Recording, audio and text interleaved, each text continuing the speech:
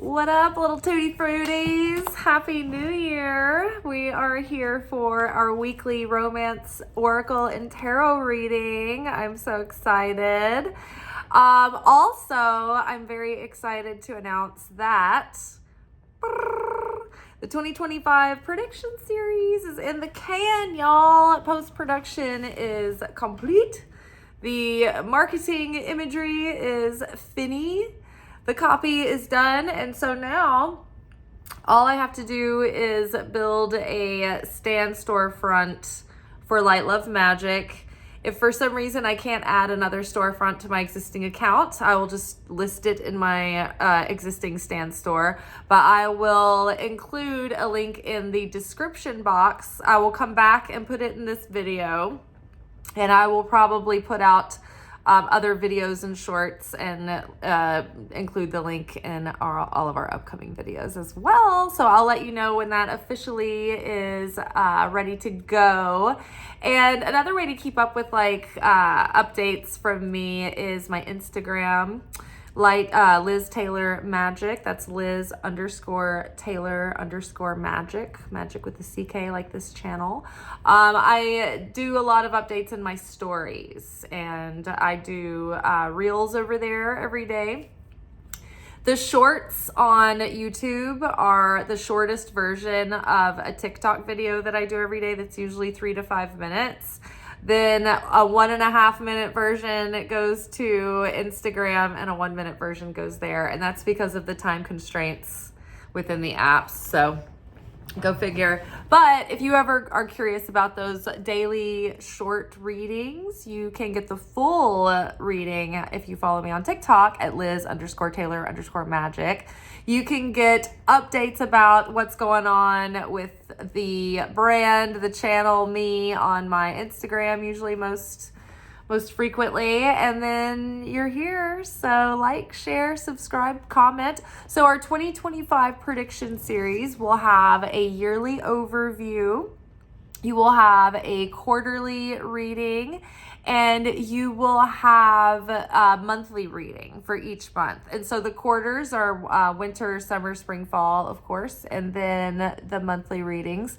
And you will also have, under each different separate workshop, you will have your workshop journaling questions for that month, for each quarter, and for the year. So the best one to start off with is the yearly overview and do that workshop. And then you've got a great start at preparing your consciousness and your intentions and all of that for the year to come. So I'm so excited. It'll be a great roadmap to help you navigate the year ahead and be able to prepare for and anticipate opportunities and challenges, and be able to make the most out of your year and feel like you're having the most fulfilling and purposeful and aligned version of your year. So you guys stay tuned and download that when it's released.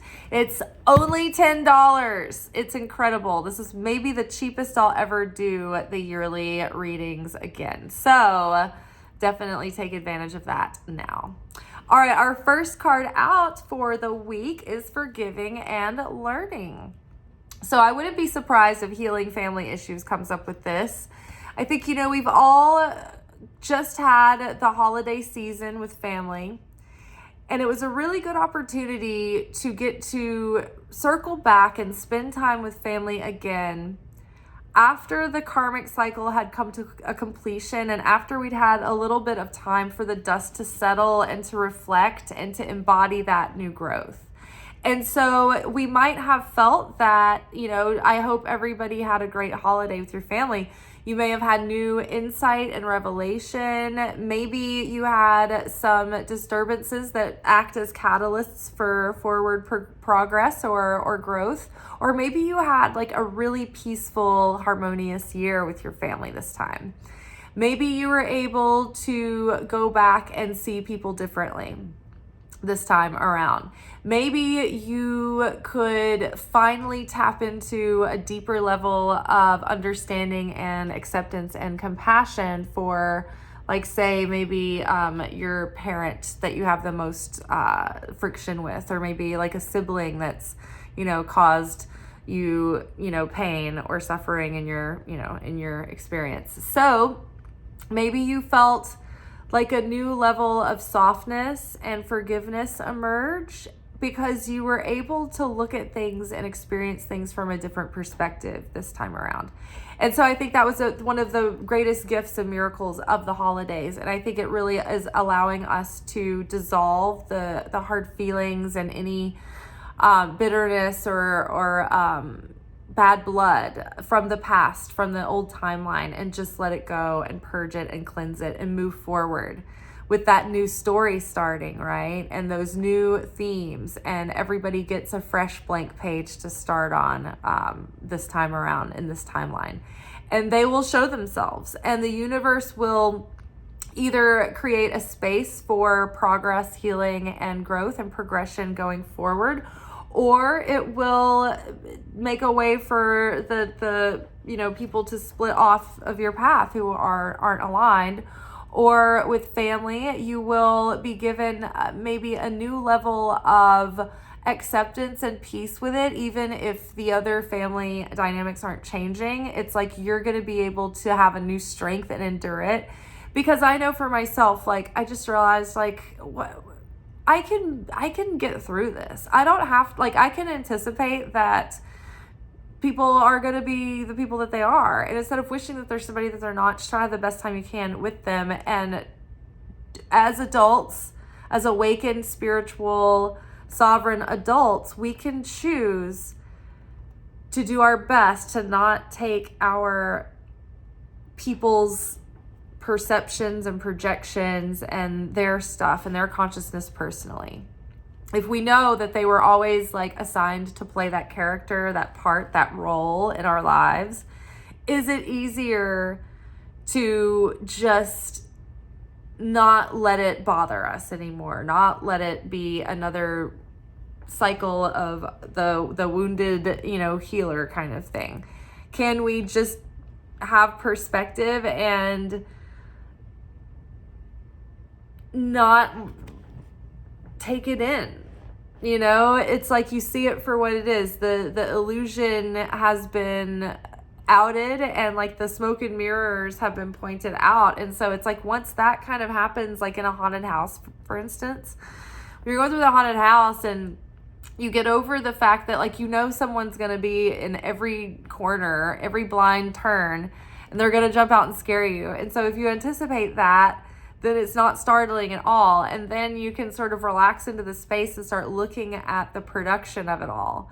And you're seeing past the effects and the illusions, and you're just seeing it for what it is. It's just like a walk through a wax museum, sort of like Disney World. And then you're like, oh, this isn't scary at all. They can't hurt me. Like, it's just for entertainment. It's just for the experience of it, right? It's just for the thrill of it.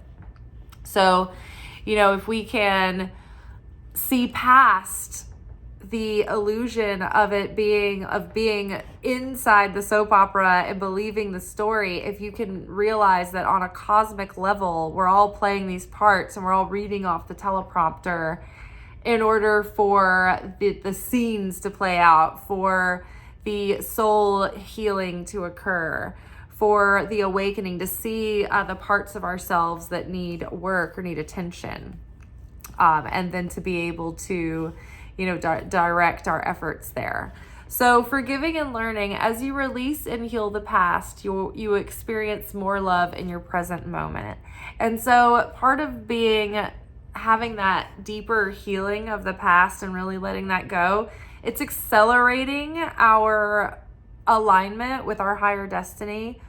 We are solidifying our new normal in this base level vibration at a higher level. And so as we do that, our frequency gets stronger and clearer, which makes way for that soul relationship, that soul partner relationship to come in. Creates the magnetism for that. Oh my God. Soulmate.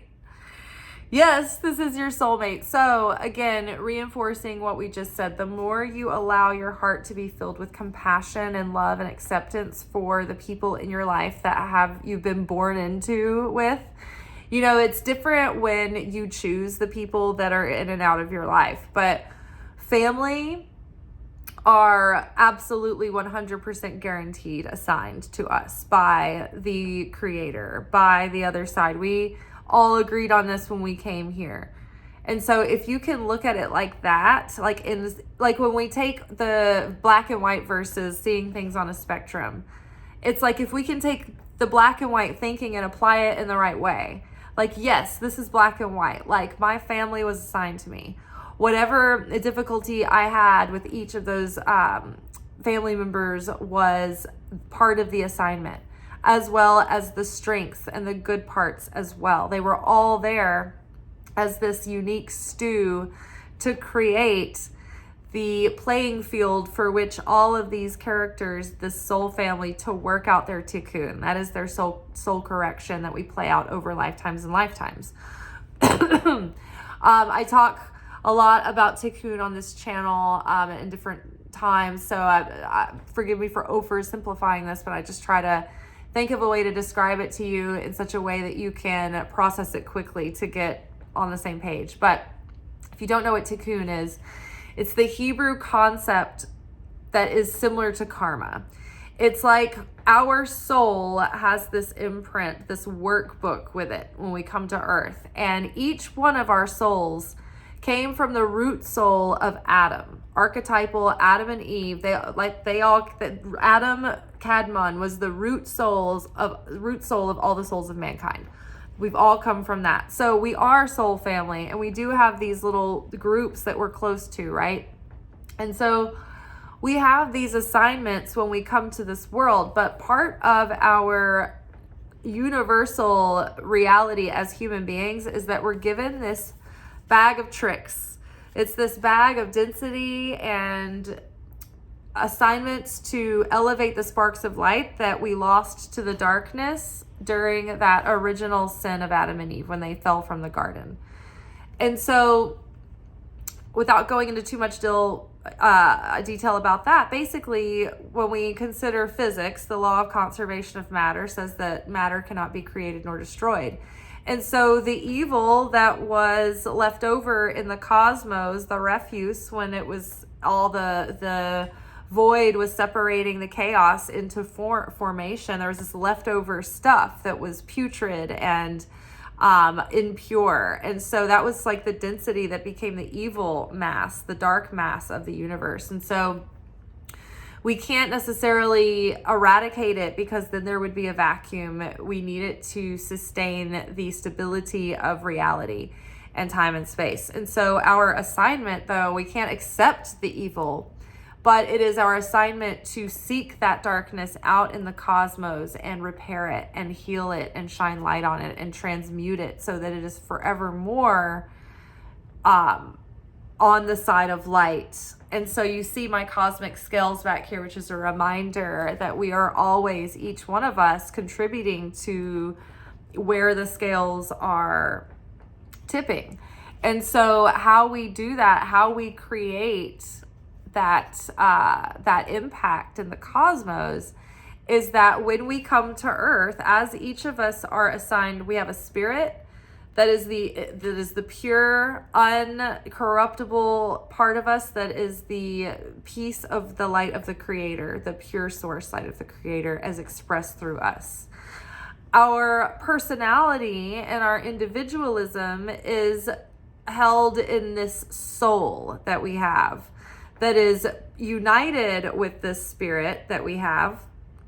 And so they travel together forever, like light and light's shadow, the soul. They're connected. So our soul has different dimensions and expressions, and it is a microcosm of the macrocosm of the cosmos and reality. But the same macrocosm is a map of the Godhead, the aspects and variances of God's personality as expressed through creation and our relationship to that, which you see laid out in the map of the tree of life. So every lifetime, our souls figure out basically a rough script, a first draft of what the destiny or what the fate of this lifetime is going to be about, and what city they're going to be born into, and who their parents are, and who their siblings are, and who their closest, friends and group and network are that shape who they are to become. And so in this rough draft, you have a basic outline of fated events that are to trigger the dark parts of our nature. And so that each one of us, when we come here, that original refuse from the cosmos, that darkness, we're assigned this bag of tricks. And it's like, okay, you get a little bit of anger, you get a little bit of bitterness, a little bit of selfishness, and maybe each one of us have like specialties in certain areas where like we have a really hard time with our temper. And so it's like we can have that much more impact if we overcome our temper. Right? So the more material you have to work with, it's like uranium that becomes energy, like nuclear energy. So what we do to transmute that and alchemize it is we dissolve that anger. We replace that anger by like looking right at it and experiencing the anger. That anger is awakened within us through the experiences of our life, through like a tough dad or like a distant mother or whatever it is. Maybe like you have a difficult time with a sibling and it just, you have this like terrible anger because of it. And so you're given that. They were assigned to be that way, to activate that in you so that you could see it, so that you could become aware of it, so that you could be an active player in the game. And then you say, oh gosh, this anger is tearing me apart.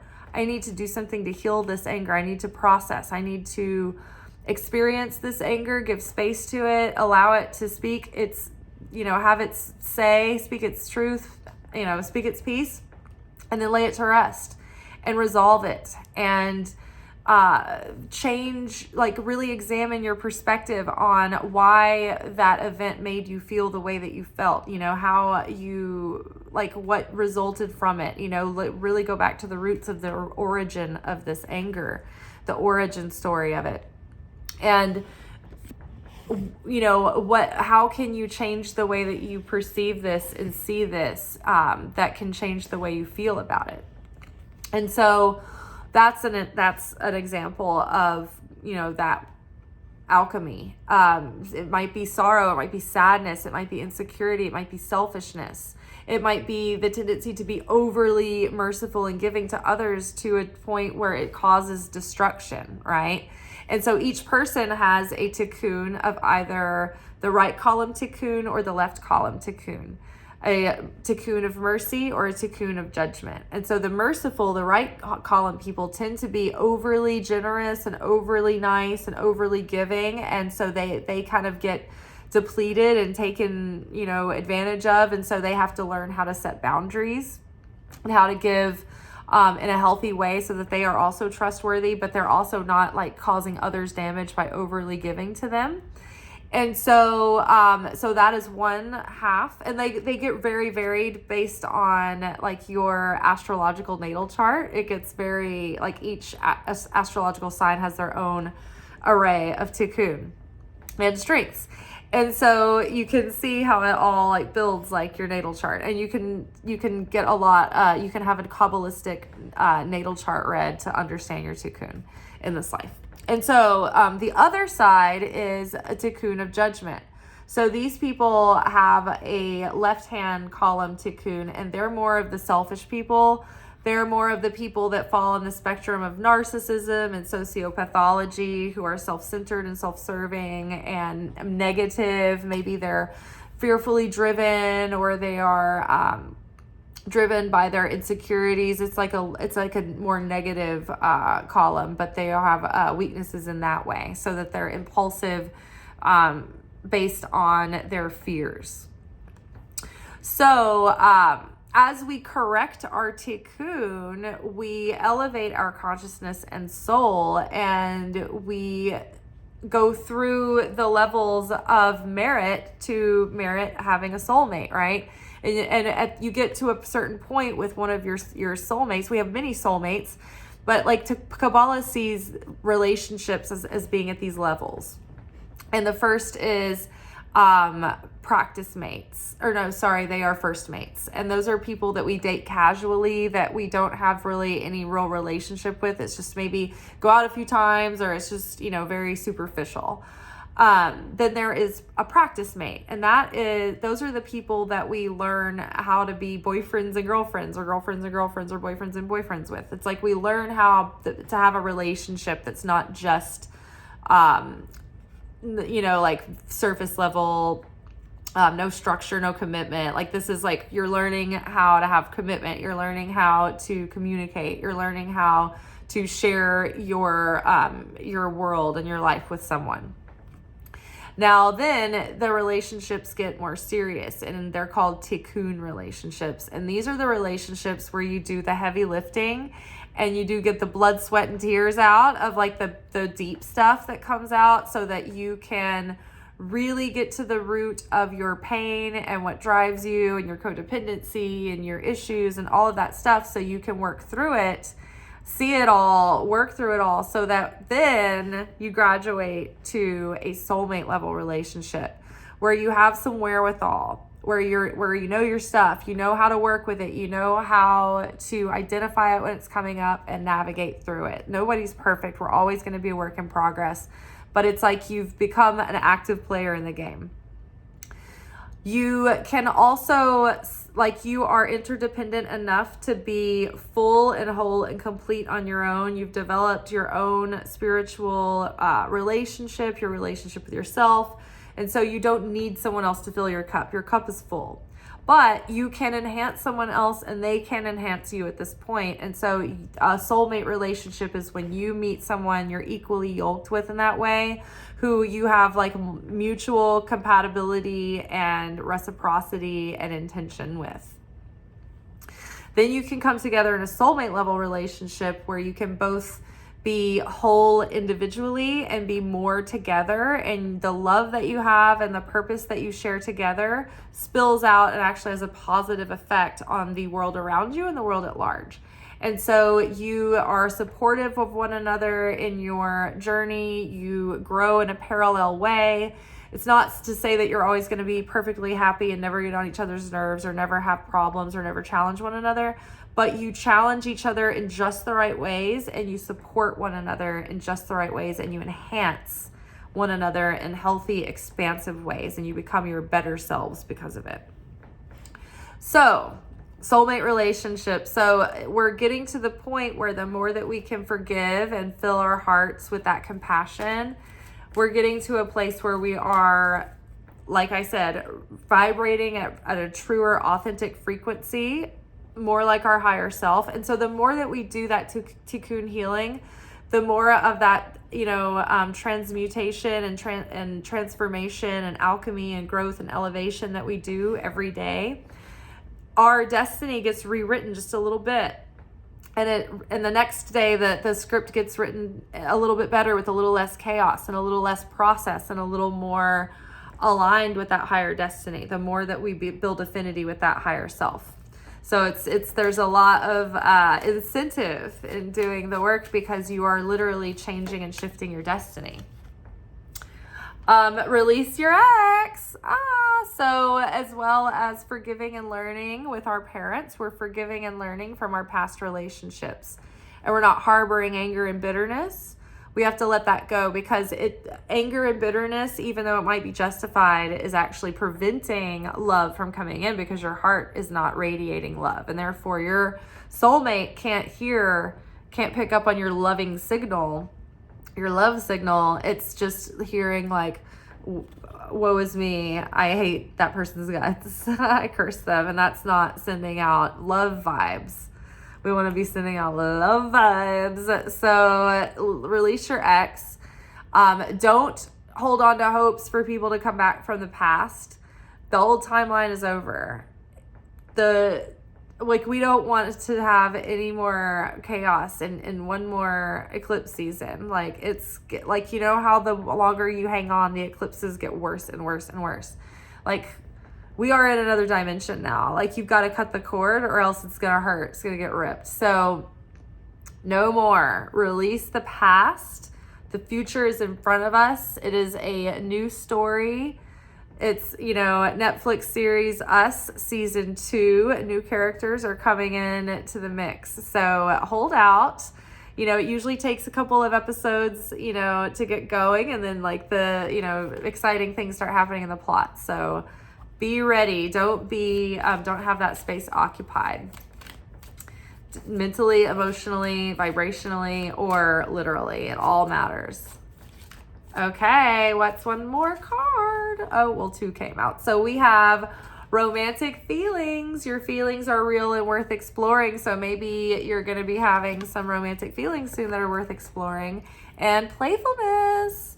To recapture romance, allow your inner youthful spirit of fun to shine. So I would say the assignment is to have fun, be playful, continue to forgive and learn. Start putting out those fun, playful, loving vibes to call in that soulmate, whilst releasing your ex and letting go of the past and not holding out for any old stale thing to come around again. Just open yourself up to something completely new.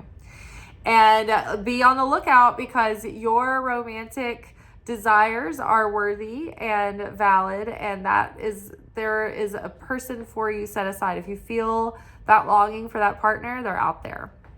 So that is valid. So keep feeding that and keep stoking those flames and that signal, and it is sure to be coming soon. We have so much indication that says so. Go and watch the last new moon workshop in Capricorn, and tell me you don't think the otherwise. Healing begins. 6 of Swords. We're past the worst of it. So release the past, forgiving and learning. So healing begins. This is emphasizing that we are moving beyond the conflict and to brighter and better days. So think about cultivating beauty and peace and harmony and love and romance, and leave the conflict and the storm behind you. All right, let's get some insight on the soulmate card. I felt like I saw this one. Ooh, 7, Chariot. This is really good. This is forward movement. This is because of the inner work that we're doing. It's like reinforcing everything that we were just talking about the inner work being expressed in our outer behavior and our outer good works. And because of that marriage between the spiritual and the physical, the way that we're becoming that higher self, and we are radiating a more authentic and true vibration, things are moving forward and things are speeding up. And so that soulmate might be coming in really quickly. So brace yourself and pace yourself. Keep both hands on the reins. Keep that balance. Keep that temperance going. But you've maybe been recognized. Maybe someone out there, like maybe you have somebody that already sees you that you're not even aware of. So keep the good work going. Keep that spiritual work going. Observe. So with you release your ex, this is this moment where things are quiet and we can hermit down. This is the Hanged Man card here. So this is the perfect moment to take the quiet time, to let it all go, to be able to look at things from a different perspective and come to a sense of renewal, whilst also letting go of indecision that's holding you back because of any cords that might be remaining. So cut the cord to set yourself free. Literally, the Hanged Man is hanging by a cord. All right, playfulness. What is this? Oh, helpless and hopeless. So in order to overcome 8 of Swords energy here, feeling a little bit trapped and frozen and the blindfold on, it's like, I don't see a way forward. I don't know what to do. I'm frozen. I'm overwhelmed. It's like social anxiety. I don't know what to say. I just freeze up. I'm so alone. I don't know where to look. I don't know. Should I go to the farmer's market? I don't know. Everybody there already has someone. I don't know. I'm always ready to go too late for the coffee shop. Where do I turn? Does the dating apps? Where do you go next? So don't feel isolated and frozen and overthink it. Just have fun with it. Be playful. Be open. Hey, I'm Kimberly. Be light energy. Hey, what's up? Come see me. Yeah, sure, I'll go there. Let's do that. You know, be adventurous, be open, be spontaneous, but have fun with life, have fun with other people. You know, be warm and friendly, and somebody, you know, look up while you're out doing things. Don't be all like, you know. I am like the number one person who gets into like the trance while I'm out, and I probably have resting bitch face for days. And I kind of get introverted when I'm out. Like I have the defense mechanism up, but sometimes, like a lot of times, that I'll try to consciously open myself up to interacting with people, because even though the person you're interacting with may not be the person that you're attracted to, someone attractive might be in the vicinity and feel and notice your energy, and then get to see you interacting with people.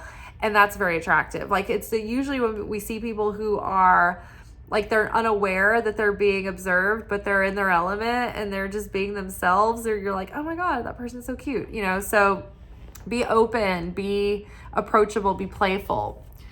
Wear conversation starter pieces. Like like my outfit today was very fun. I will show it to you guys. I had on this sweater and my little peasant ruffly skirt and my belt, which is like the same belt Marilla wears in Anne of Green Gables. And then I had on this like fur collar thing as my, instead of wearing a coat. And I had on these like cute little mittens. And I just look like a little Baltic girl, or a little Nordic girl, or a little somebody cold from somewhere cute and cozy. I was doing that coziness culture thing. I love that, when you really embrace the darkness of winter and you see it as a time and an opportunity to get cozy, which is romantic. Like you can be romantic with yourself. Like you can be like having fun and just like being in the magic and the joy of it all and getting really into it. You know, I love getting under a cute little blanket and getting a candle going and having good smells and making it all cozy, even just to watch like a movie. So, you know, you can make your life romantic by yourself. Joy and stability. So the Four of Wands came up with romantic feelings. Do you guys know what this means? So we had soulmate and the marriage card come up in the same reading. So even if it's not like literally, because you never know until you know, right? Some things last and some things don't. And it's really up to like each day gets made in the moment, right? So we don't know how it's going to go until we get there. But there's something that could be of great potential and worthy of giving a shot to. Someone that could be a great match, that, you know, you may both be in a place to come together and experience joy and stability. Maybe you both have mutual feelings for one another, and you both have the like equal romantic and relational skills and intelligence. So, and the desire to have that relationship with one another too. That's very important. It all kind of has to be there. So, all right. Well, you guys, it sounds like this could be a great foundational week for like laying the foundations and really strengthening our signal to the cosmos about who we are, where we are now, what we're ready for, what's truly in alignment with our authenticity. And I feel like the universe is saying like, hey, you're ready for the next phase in your love life to start. Now it's just about the pieces coming together. All in good timing though. So, okay, very good news, very encouraging. Don't forget to keep a lookout for the 2025 prediction series. It will be $10. Ciao.